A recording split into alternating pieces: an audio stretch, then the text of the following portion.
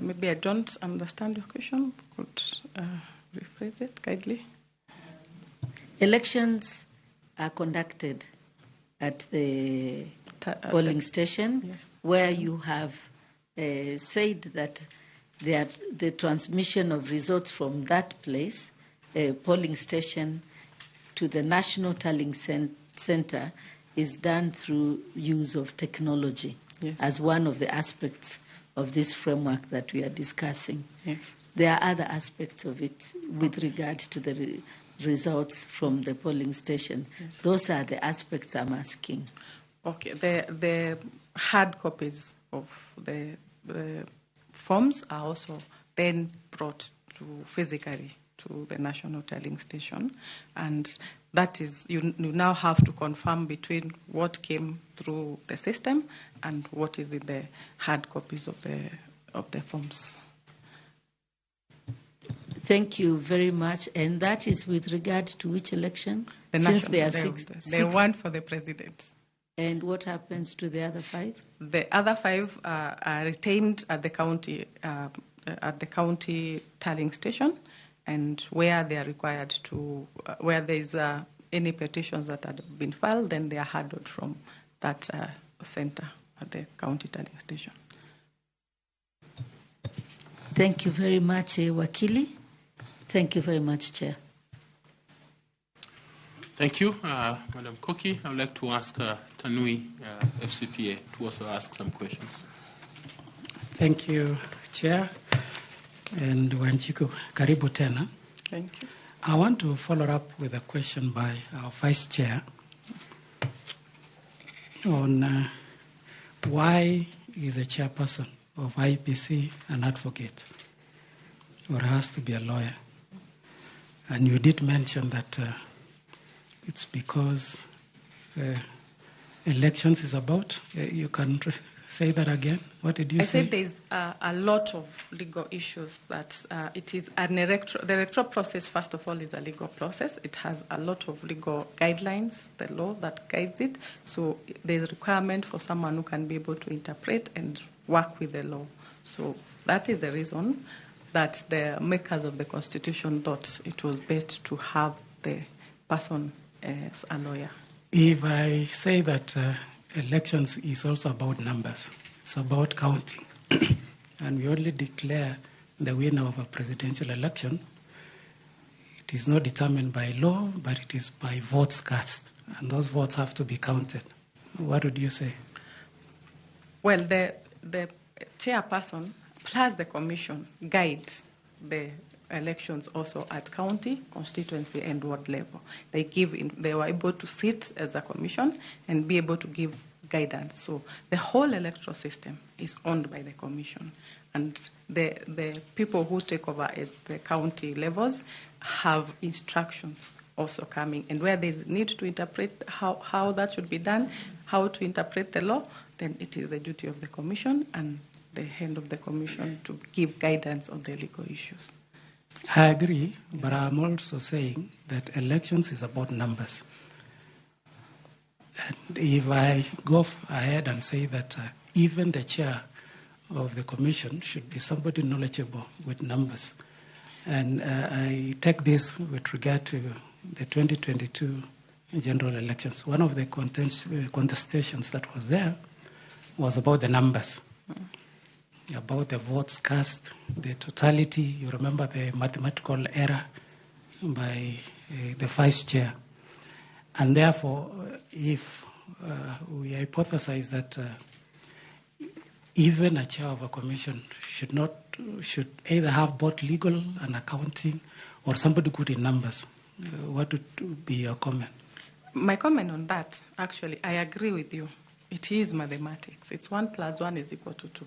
It is not about, at the point where you are doing the tallying, it is about mathematics. It is easy as that. And that is not the whole business of how elections are concerned. That is just a small part where you tally the results and give the final tally. So, but the other processes, all the way from the Constitution, the Elections Act, the IBC Act, that is a legal process.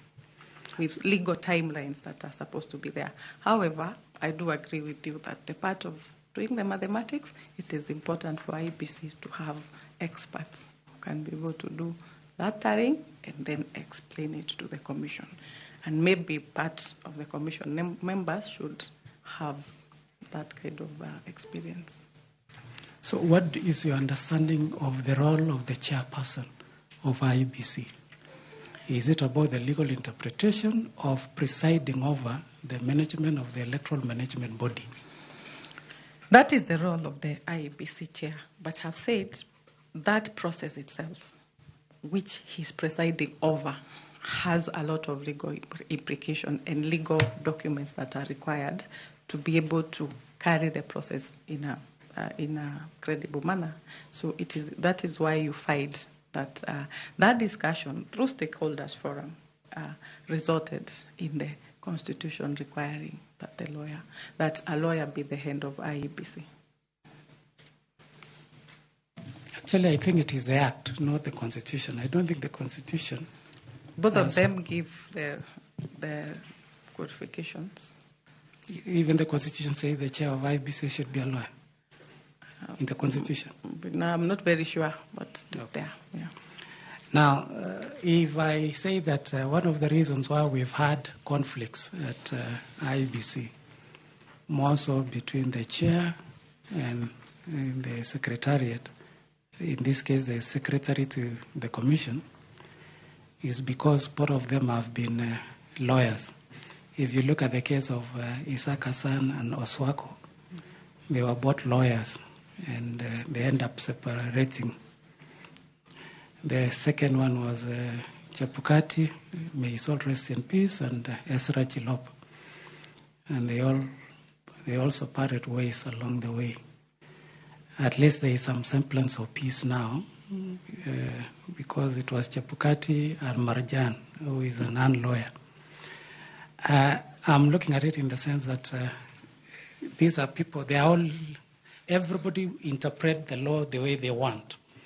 And at some point, they have different opinions. And that is why the previous two CEOs and the chairs have not agreed and had to separate. What would you say of my hypothesis? I would say the main issues were personalities. It's not because of their profession. However, like you have said, there's no requirement that the CEO must be a lawyer. Maybe that is where we need to make the distinction. If the issue of having two professionals, two people in the same profession, seems to be the problem, which I disagree, because I think those were two personalities who chose to have personal issues interfering with the functions of the IEBC. But if that is the case, then we would have to consider having the CEO not having qualifications as a lawyer. But I still insist that stakeholders forums were carried out and the public was involved, and it was determined by a panel that the best person to lead IEBC would require to have qualifications of a lawyer. So maybe then would have, if that seems to be the problem, then would have then to go through the entire process again of involving the public, the stakeholders, to determine whether now we need to remove those qualifications. Lastly, you told us you are the managing partner, or you are the sole proprietor of Manegene. Yes. And what is the senior most position that you've held in the corporate world? The largest number of people that you've managed in your working career? While managing the issues of under USAID, it was thousands, because there were so many projects that were happening, which I was the link between the ministry and USAID. So I had to deal with so many of the workers, and within that space, I was not the employer, but there are so many people who are under USAID that needed to report. I needed to report on their projects. Now, yes, were these people reporting to you? How many people were? The heads of the projects were the ones I had dealings with, but also I had to deal with their juniors in terms of the implementation of the projects under USAID.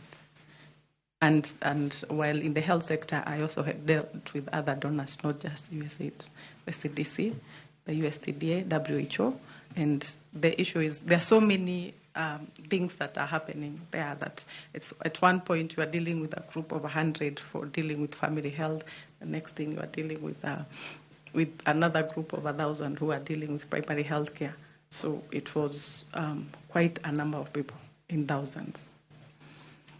Now, your IBC is a big institution. Yes, it is. You will be having some 6 commissioners whom you will be working with.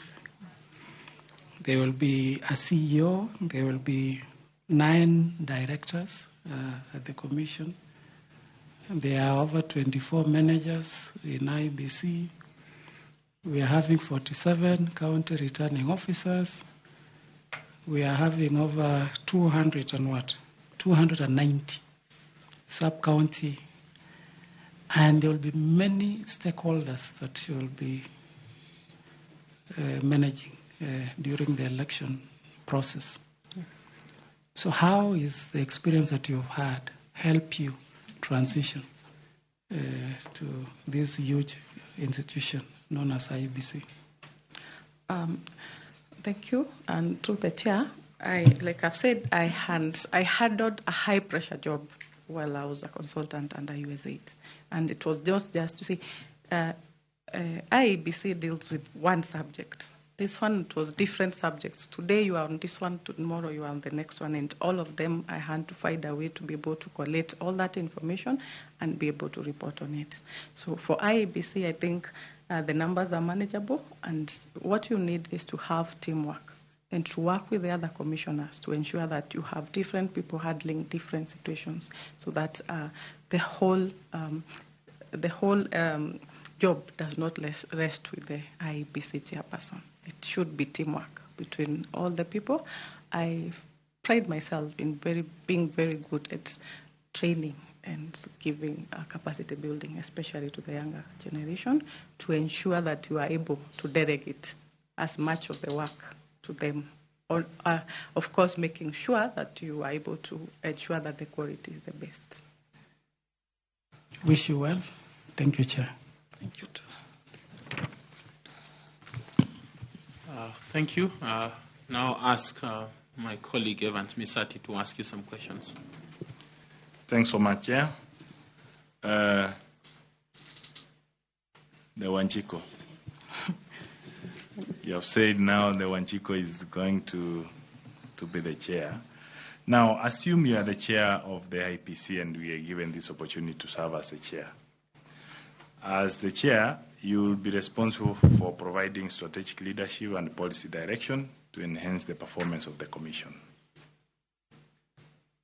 as your key role.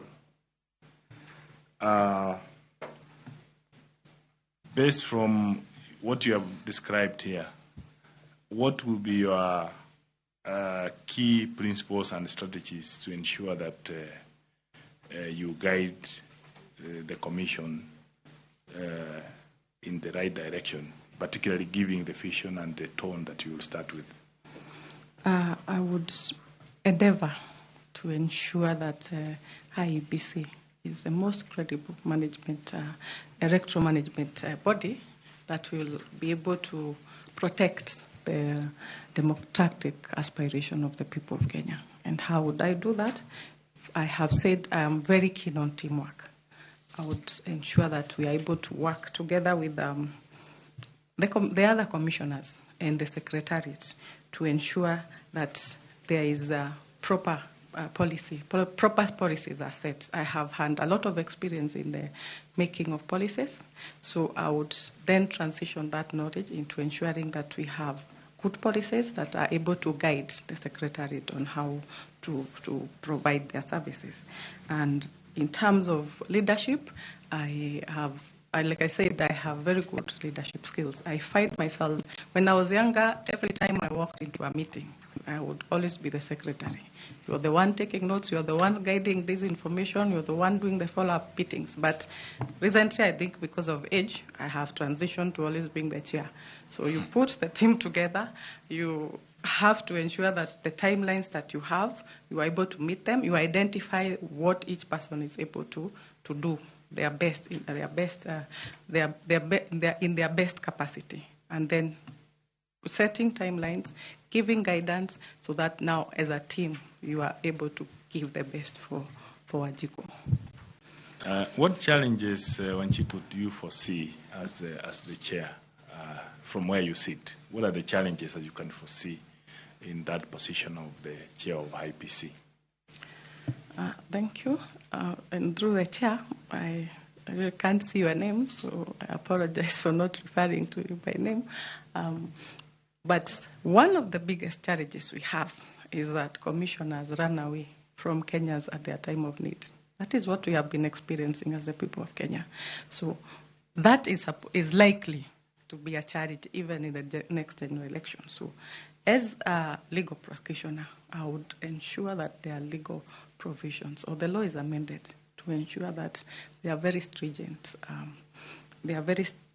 penalties for any commissioners who has gone through this interview process, being appointed, and then decides, I'm going to take my salary up to 2026 or just before the results are read, then I'm running away. So I would ensure that we have a law where if a commissioner does not agree with the process, there's a process through which they can seek to leave by ensuring that they write down why they're in disagreement, just like the Supreme Court does. There's always the dissenting parties in the Supreme Court. So that is what I would suggest in addition to the law. That if at the time where, because the presidential elections are the ones that are usually so disputed, at the time when that arises, then every commissioner should write down their reason for dissenting, and they should read it to the public before the results are presented.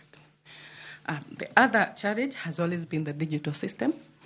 While in the process of preparing the Digital Health Act and regulations, I learned just a few issues about what a digital system should have. It should be able to authenticate, it should be able to authorize and account.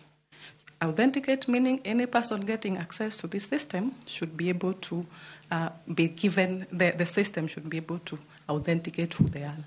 Then authorize that person to specific parts of the system, and then account for every person who has been able to get in and out of this system. That is why now when cases go to the Supreme Court, then they are able to get into this system. Please note, I'm not an expert in ICT.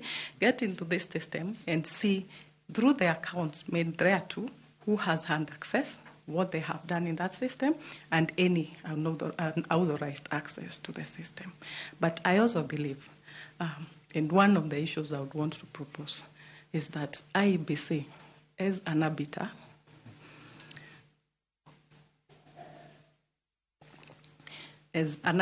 and a Constitution Commission, should not be a respondent in petitions. Because the minute you make IEBC a respondent, what happens is they work together with the winning party to be able to win the case. Because all of us are participants. We have all been sued. But if you make the IEBC more like a friend of the court, not in that manner, but in the manner that they are required within specific timelines, when there is a petition filed in Kiambu, then IEBC is required to provide the evidence and the information without being a party to that suit. Then you give a chance for the courts to get all that information and be able to give a judgment that corresponds with the needs of that particular petition. Let me just ask that. So who will be the respondent? I have failed in an election, and it's IBC that has declared me as a second runners-up. So who do I take to court? I would put the person as the respondent. For me would be the winning party, and you are challenging that win. So that IEBC, because you have charged that this certificate should not have been given to Lillian. It should have been given to me because I want. So you put through the evidence. This person is has a right to respond. Then IEBC, on the other part, provides all the information, everything, without being able to collude and start not bringing some of the forms required by the court, so that now the court becomes more like an arbiter. We have conducted a free and fair election. That is what we want the people to know. And we are willing to give the court all the information, all the paperwork that we have used. We have used to tally this to count and tally, so that the court then can make an informed decision. So the orders will be, this person, the final orders that you are seeking for is that this person, the respondent, should not have been given the certificate.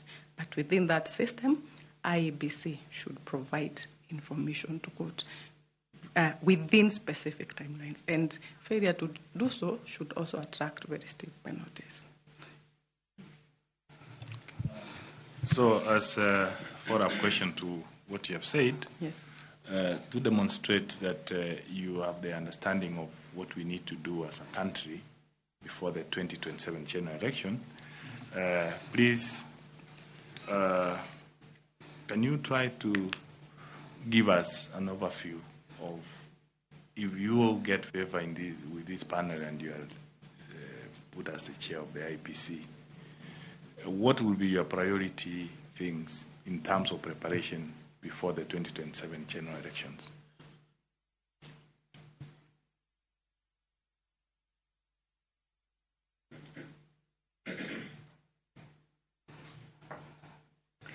I would have a number of priorities. So what I would do is have several teams working on these priorities at the same time.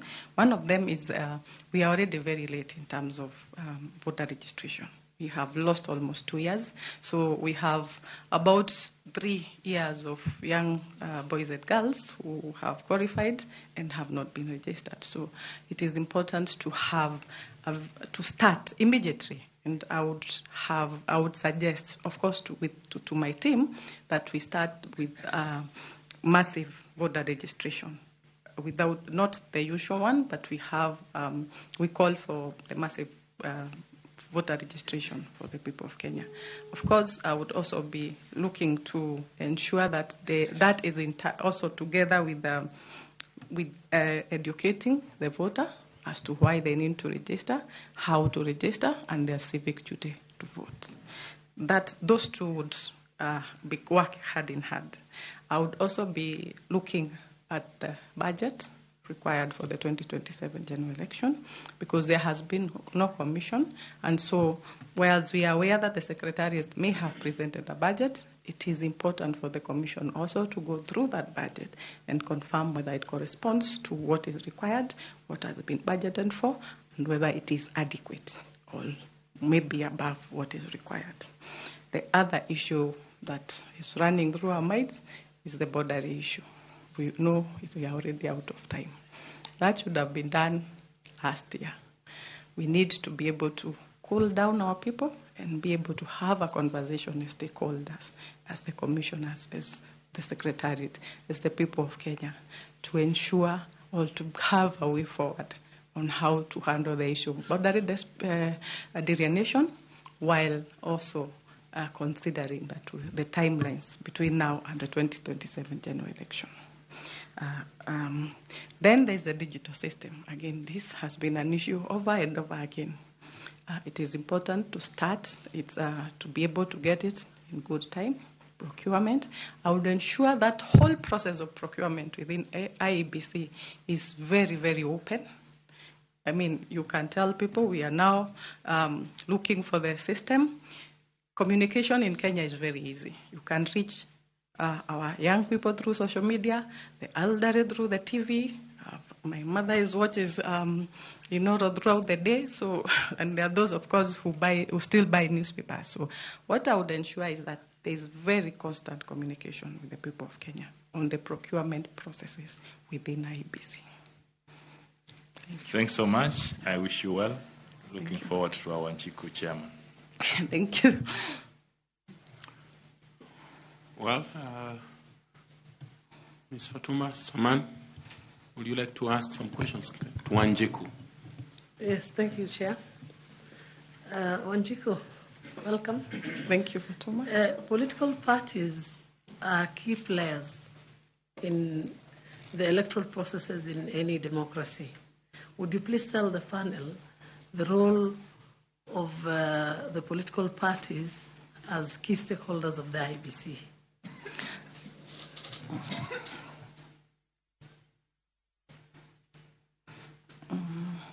Ms. Fatuma, I would want to start, but we start here with this panel. The political parties are represented, so they are part of the people who are able to determine the new IEBC. And so they are participating by ensuring that we have a continuity by appointment of the IEBC. Political parties also are key stakeholders in the electoral process because it is through them that you get candidates for the general elections.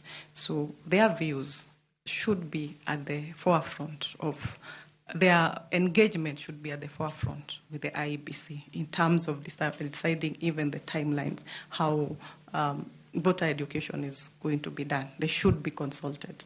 Also, in terms of voter registration, it is important also to involve the political parties and keep them informed of the processes that are going on within IEBC.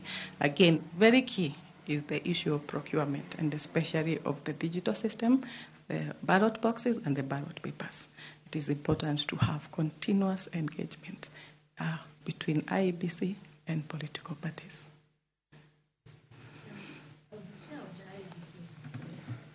As the chair of the IBC, what strategies would you put in place to ensure continuous constructive engagement with the political parties without necessarily compromising the independence of the Commission? I am aware of the existence of the Political Party Liaison Committee, which is supposed to have engagement with the IEBC. So for me, I like order. So I would ensure that there is continuous, and if there are set dates within maybe monthly, quarterly, where we have meetings between the IEBC and the political parties. However, I am a strict follower of the rule of law. I believe that the law should be followed to the letter. So, and it is very clear that political parties have no influence on the activities of IEBC.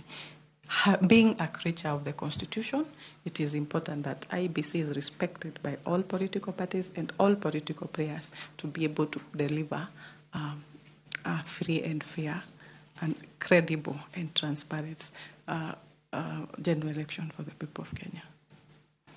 Any particular strategy? The strategy for me would be to have the engagements, structured engagements, so that the issues that every political party wants to bring are discussed in an open room.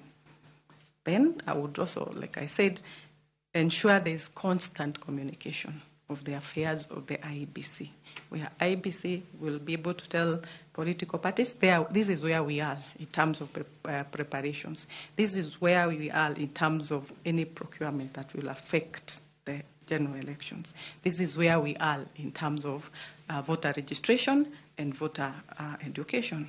So the strategy is to ensure that you give communication to the political parties, there are structured engagements, and where the political parties cross the boundary, you should be able to tell them, this is what the law says.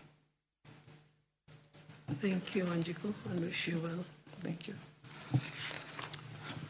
Next to come is Nicodemus Bore. He will ask you some few questions on leadership. Thank you.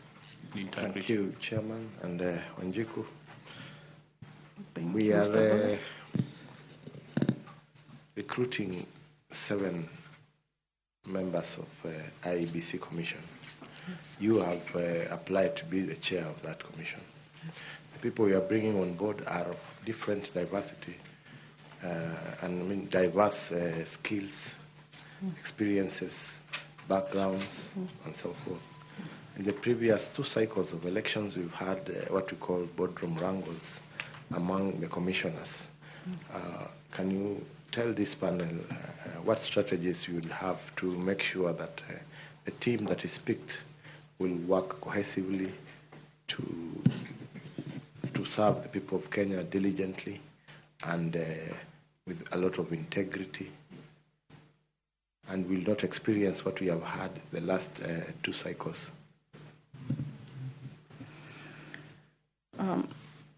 Mr. Bore, and through the chair, as I had already stated, there is need to strengthen the laws in terms of how the IEBC commissioners can act. At the boardroom level, it is an issue of having capacity building and teamwork, and ensuring there is teamwork between the parties. And that can be done through continuous engagement, open communication, and open communication between the parties. And I think we need to amend the law, the IBC Act, to be specific, to give guidelines on how affairs within the commission, the 7 commissioners, including the chairman, should be guided, so that if there is a dispute, how is it recorded? For example, does the chair have the absolute right to declare the presidency when the other 6 commissioners are saying that is not the proper treaty? We need to have the law looked into and probably amended to actually the law provides that for you to make a decision, it should be more than half. That is 4 out of 7. But in terms of presidential results, it is said that there seems to be a contradiction in that law, because why is the decision then being made by one person as against the other 6? So those affairs need to be relooked into through stakeholders engagement. I would actually look into forming a multi-agency team to look into how to ensure there is no quabbles within the commission. I would actually be looking to adopt what is there at the Supreme Court. You have an issue, let's discuss it, and if we can't agree, let's put it down. This is my opinion. This is why I don't agree with the results that were presented. This is why I don't agree that even the results presented in other situations, the elections were not free and fair. But unfortunately, there is no procedure that can be able to cover that. So, Madam, you are saying that you would have to change the laws so that people can work together? With the experience that we have had. I've said in the boardroom affairs, it is clear that if we are making a decision, it's 4 out of 7. It is the majority. That wins. If we are going to obtain the oversight on the procurement process, and we are saying we are not going to take that company, and 4 out of 7 have agreed, that is how we are going to go. That is what the law allows. But the issue that has not been sorted out is in terms of declaration of results. And that's where you find IBC commissioners disappearing on the people of Kenya at their time of need. So we come through this system. We have offered our services to the people of Kenya, but on the day that they need us most, then you disappear. So that is what needs to be guided by the law. Can you be able to just walk out? If you need to walk out, what should be the process to be able to do that?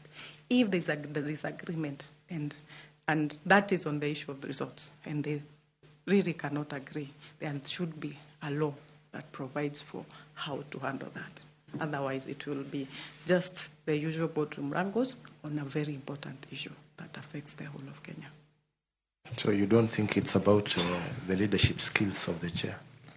I think also in terms of, that's why I said in terms of the boardroom affairs, there are already provisions. Of course, you require to have a chair who is able to deal with everyone, who is able to gel, who is able to give very good leadership skills and follow the Constitution and the Leadership and Integrity Act.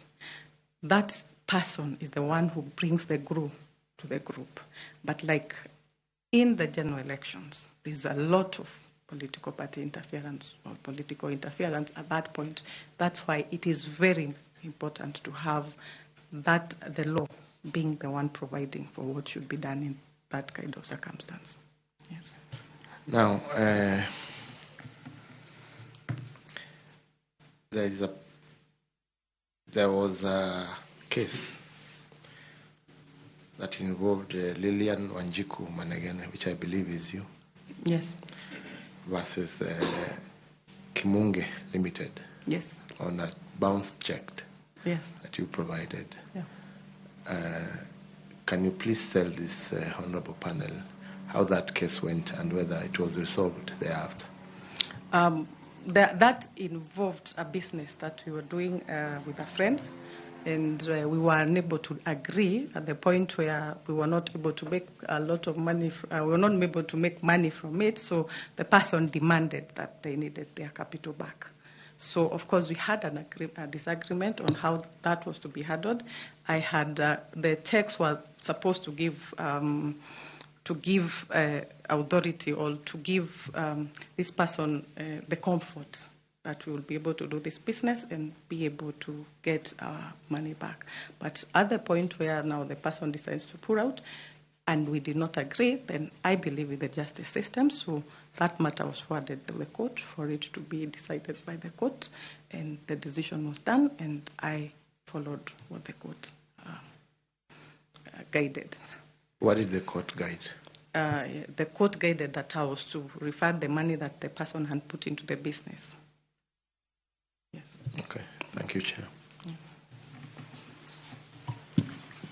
So you issued a dishonored check?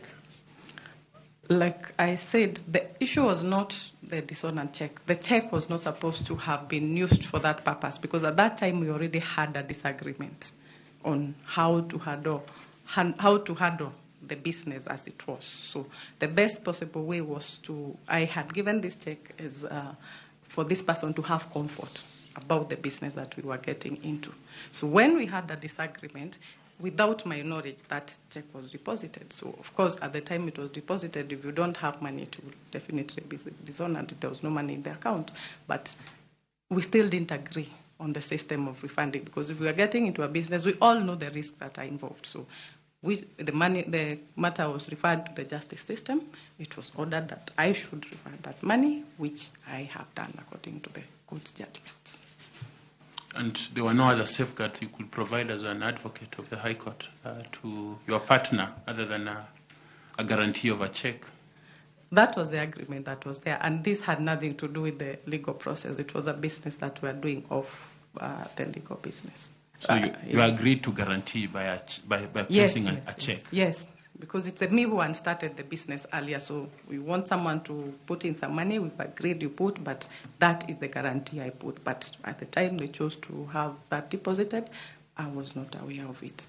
But it was still disputed as to whether I disputed the fact that it is our business. If it's not doing well, then we should do it until such time when it is doing well for us to get our funds. But I believe in the process of the court. We went to the court. The court made a determination, which I agreed with. So provision of a check was a dishonest approach to this business? It was by agreement of parties. Yeah, but there was no money in the bank.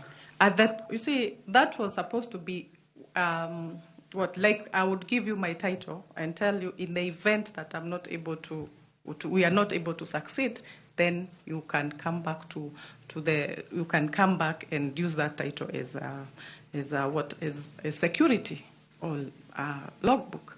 So, but at the time we get to that point, then there's a process through which you do that.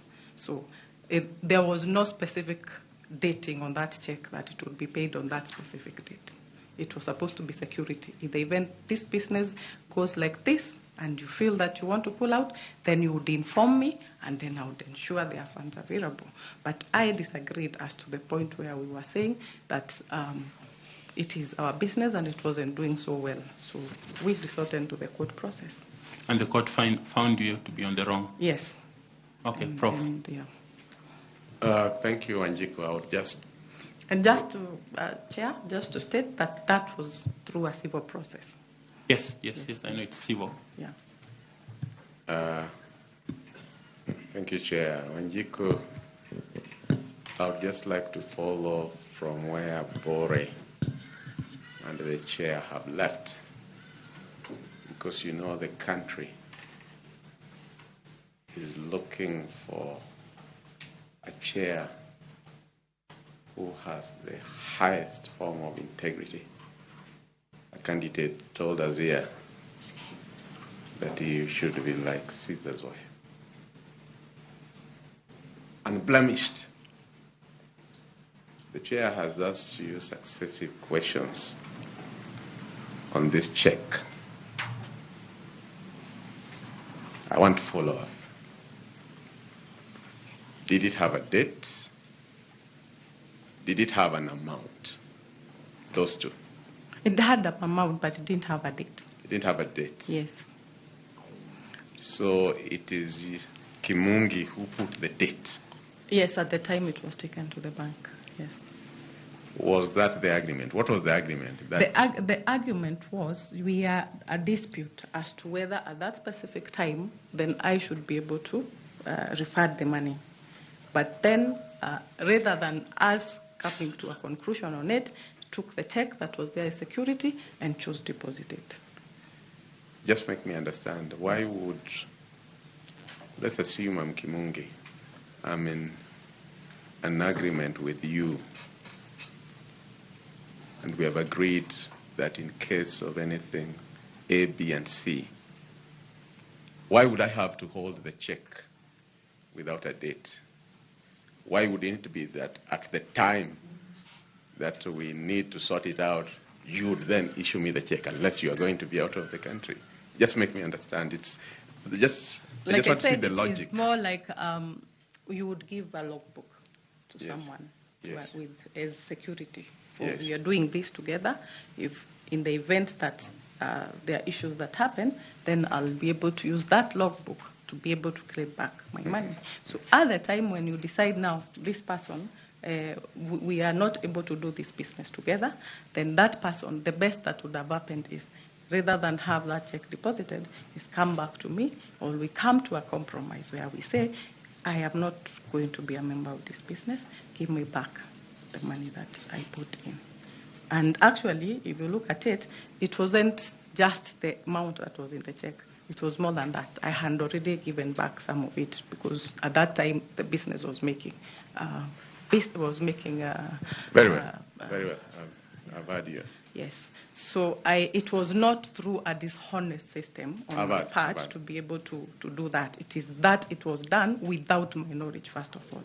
Because if you deposit a check and I don't know about it, I would expect you to tell me you are depositing so that I also ensure if it's moving money from another account to that one or it's moving money from wherever, then it is there and it doesn't become dishonored. But for me, I feel that that should have been handled in a better way. Was there a written agreement to that effect? No.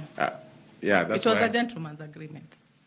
That's why I was telling you, let's leave it, because Yeah. the more you go, then the more I interrogate, because the way you're explaining it, if there was a written agreement, then we would say that he breached that agreement. But you are saying that there was no agreement written to that effect. So let's leave it to rest there. Yeah.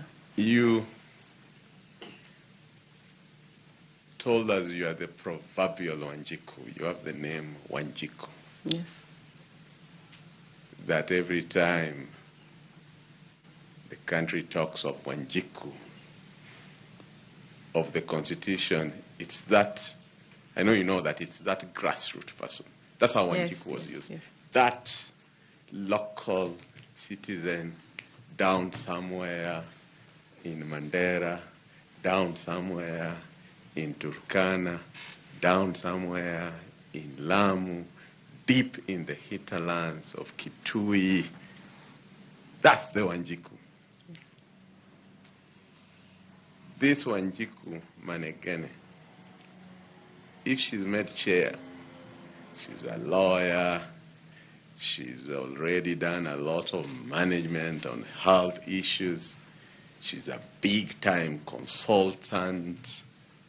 If she's made chair, demonstrate to her as how, other than just having the name Wanjiku, she would be the embodiment of the aspirations of the ordinary Kenyan that is usually referred to as Wanjiku. Okay.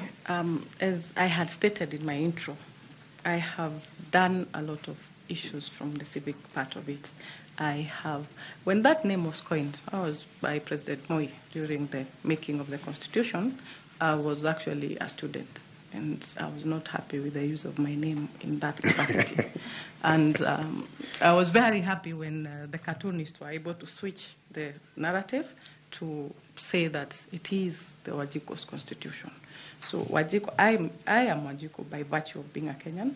I am very easy to interact. I find it very easy to interact with Wajiko on the ground, to the extent that I will leave this room, wear a pair of jeans, and you'll find me interacting and talking to Wajiko on the ground. So I believe while I may have gone on to get an education and get involved in other issues, my democratic aspiration as a Kenyan still lie within that space of Wajiko.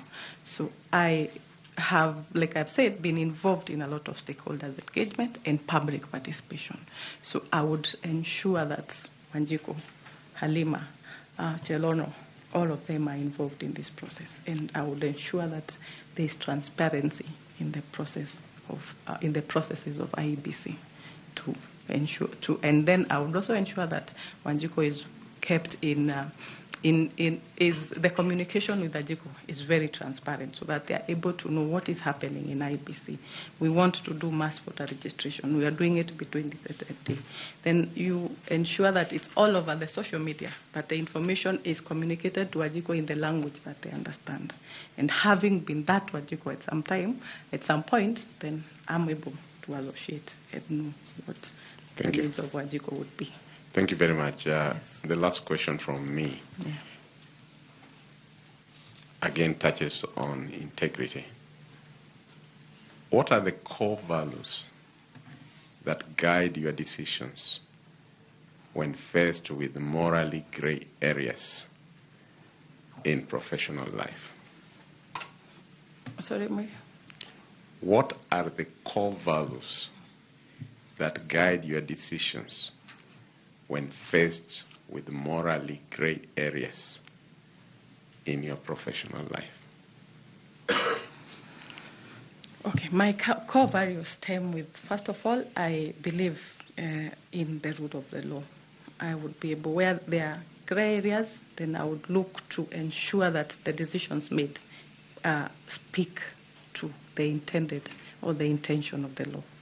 I would ensure that I have I'm able to have transparency in my dealings, so that people are able to understand where I am coming from, and the issue of effectiveness and efficiency in the running of the business or affairs of the of the IEBC. Also, I have, like I've said again, my leadership skills have been very good. I'm able to organize people, organize assignments, to be able to ensure that we get the results that are required. And working with USAID actually taught me a lot of issues in terms of timelines, delivery within specific times. You are paid for what you have delivered. You're not paid just because you're supposed to have been at work that day. You must be able to prove it's paid per hour. You must be able to account for each hour of what you have been doing. So I bring a system that is, I'm able to work under pressure, sometimes working during weekends and long working hours, just to be able to deliver what is required of me. Thank you, Chair. Before you come back with some two short questions, I'd like to ask Madam Koki to do a follow-up, please. Thank you very much, Chair. Wakili, there are two statements that you made that have made me to come back to clarify. The first statement was that commissioners, like judges of the Supreme Court, can write dissenting opinions on what they saw in reference to what happened in Bomas. I want to seek clarification, and perhaps for Kenyans and members of the panel here, that in an election, let's take, for example, the presidential elections that made the Cherera Four to leave Bomas and to dissent, was because of they disputed the results that were announced. The law is very clear that a presidential candidate wins when they garner 50 plus 1% and 25% in 24 of the votes cast in 24 counties. Now, I'm just imagining a scenario of the kind of dissenting opinion that you are saying that they can write. In that regard, if the chair is on his or her own, and there are 3 commissioners on this side saying that the presidential candidate has won according to the Constitution and the law, and the 3 commissioners are saying the presidential candidate has not won. What are you saying? That the 3 can say to Kenyans that they disagree, and the others can say they agree. Then what is left for Kenyans? Please just explain that. Then I'll ask the follow-up for the second one. What I'm saying is that I would propose amendments to the law that allows the dissenting. We may not use dissenting as is used in the Supreme Court, but I have a reason why I am leaving Bomas. I'm running away. And that is what caused disunity within Kenyans, because they don't know why. It is not somewhere. It is, I would be proposing that it is put in writing. Why have I left? Why don't I agree with this process? So that all this information then, when you go to the Supreme Court, it's presented there for the court to make a decision. Also, to build confidence of IEBC within Kenya. Because when we have a commission of 7 people, and 6 of them decide to abandon, it is not what is there under the law. It is what is created or what the people of Kenya see about the IEBC. So how do we make it easier for the people of Kenya to be able to understand what is happening? You have seen the Supreme Court is able to calm Kenya when it goes there, because there are already systems that have been set on how to handle even where judges disagree on a judgment. So those are the kind of proposals I would be making. They may not mirror exactly what is there at the Supreme Court, but there needs to be a system through which commissioners don't walk away.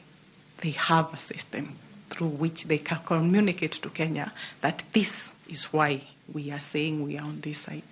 And before the results are released, then they should be given that opportunity to talk to Kenya. That will create unity within the people of Kenya.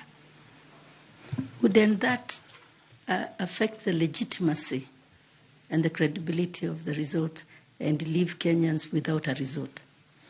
I don't think that would affect the legitimacy, because it's the same way. We have a dissenting judge. That does not interfere with the legitimacy of the judgment they make, that is made by the majority.